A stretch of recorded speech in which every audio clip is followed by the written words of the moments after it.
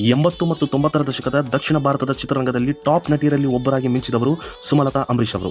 ಇವರು ಹುಟ್ಟಿದ್ದು 27 ಆಗಸ್ಟ್ 1963.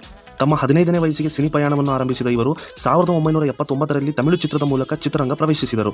ನಂತರ 1980ರಲ್ಲಿ ತೆರೆಕಂಡ ರವಿಚಂದ್ರ ಚಿತ್ರದಲ್ಲಿ ಡಾಕ್ಟರ್ ರಾಜ್ಕುಮಾರ್ ಅವರಿಗೆ ನಾಯಕಿಯಾಗಿ ಕನ್ನಡ ಚಿತ್ರ ಪಯಣವನ್ನು ಪ್ರಾರಂಭಿಸಿದರು. ನಂತರ ಕನ್ನಡ ಚಿತ್ರರಂಗದ ಅಕಾಲದ ಬಹುತೇಕ ಎಲ್ಲ ಪ್ರಮುಖ ನಟರ ಜೊತೆಯಾಗಿ ನಟಿಸಿ ಚಿತ್ರರಂಗ ಅಗ್ರ ನಾಯಕಿಯರಲ್ಲಿ ಒಬ್ಬರಾಗಿ ಗುರುತಿಸಿಕೊಂಡರು.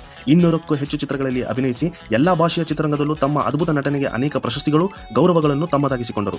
ಆಹುತಿ, ಕರ್ಣ, ಕಲಿಯುಗ ಭೀಮ, ನ್ಯೂ ಡೆಲ್ಲಿ ಹಾಗೂ ಕಥಾನಾಯಕ ಇವರ ಅದ್ಭುತ ಚಿತ್ರಗಳು.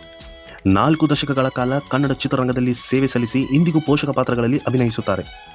ಈ ಎಲ್ಲ ಸಾಧನೆಗಳು ಹೊರತುಪಡಿಸಿ ಪರದೆಯ ಮೇಲೆ ಇವರಿಗೆ ಅದ್ಭುತ ಜೋಡಿಯಾಗಿ, ಜೀವನದಲ್ಲಿ ಒಳ್ಳೆಯ ಸಂಗಾತಿಯಾಗಿ ಇವರನ್ನು ಕನ್ನಡಕ್ಕೆ ಮತ್ತಷ್ಟು ಹತ್ತಿರ ತಂದವರು ನಮ್ಮ ಕಲಿಯುಗ ಕರ್ಣ, ರೆಬಲ್ ಸ್ಟಾರ್. ನಾನು ಹೃದಯ ಬೇಕು.